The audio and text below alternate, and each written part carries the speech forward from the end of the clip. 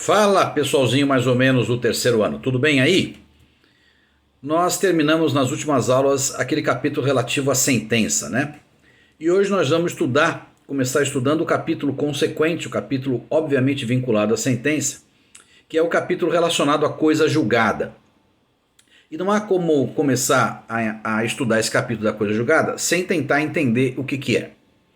A coisa julgada, na verdade, é um efeito. A coisa julgada é um efeito que decorre do fato de que uma determinada sentença não pode mais ser objeto de nenhum recurso.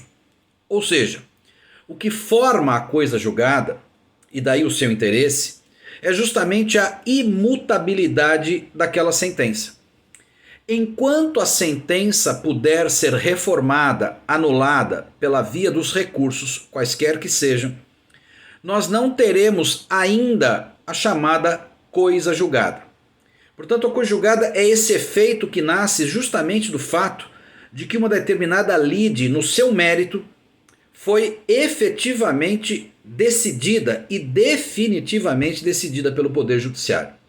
É desse efeito que torna a decisão imutável que nasce a coisa julgada.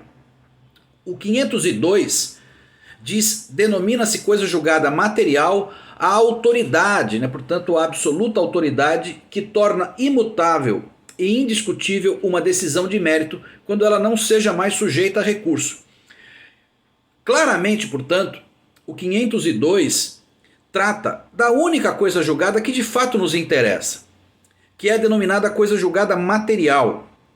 Nós já vimos desde o começo do semestre passado na verdade, que a coisa julgada ela se divide em dois grupos.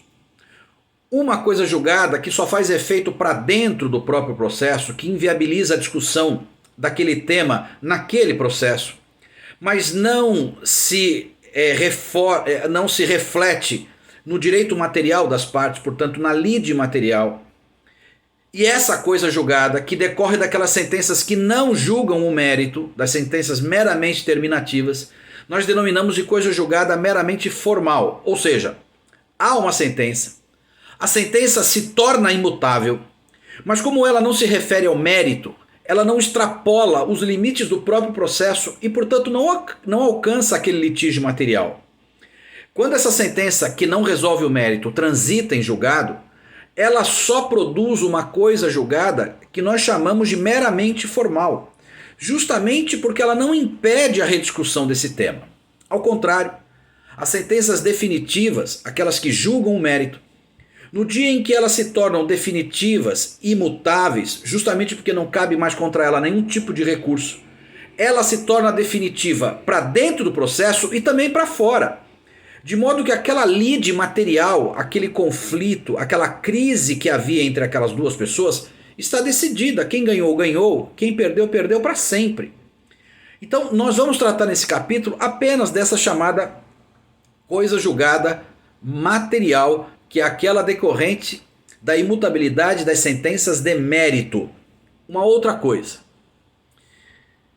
Nós não podemos confundir esta imutabilidade com outra coisa, que é o seguinte: algumas sentenças, elas, mesmo que sujeitas a recurso, e mesmo que interposto o recurso, elas podem provisoriamente produzir efeitos. Entendam, a grande chave para entender recurso, coisa julgada material, lembram? É a ausência de recurso contra aquela decisão, a inexistência de recurso e, portanto, a decisão se tornou definitiva justamente porque nada mais pode mudá-la dentro do processo. De modo que, em contrário, é possível pensar que enquanto haja recurso, não haverá coisa julgada. E isto é perfeitamente lógico. Enquanto houver recurso, não há coisa julgada. Entretanto, algumas sentenças, mesmo que impugnadas por recurso, elas podem produzir efeitos provisórios e ensejar o que nós chamamos de execução provisória da sentença. Nós não podemos confundir, portanto, efeitos provisórios e execução provisória de uma sentença que decorre da ausência de efeito suspensivo do recurso com trânsito em julgado, ok?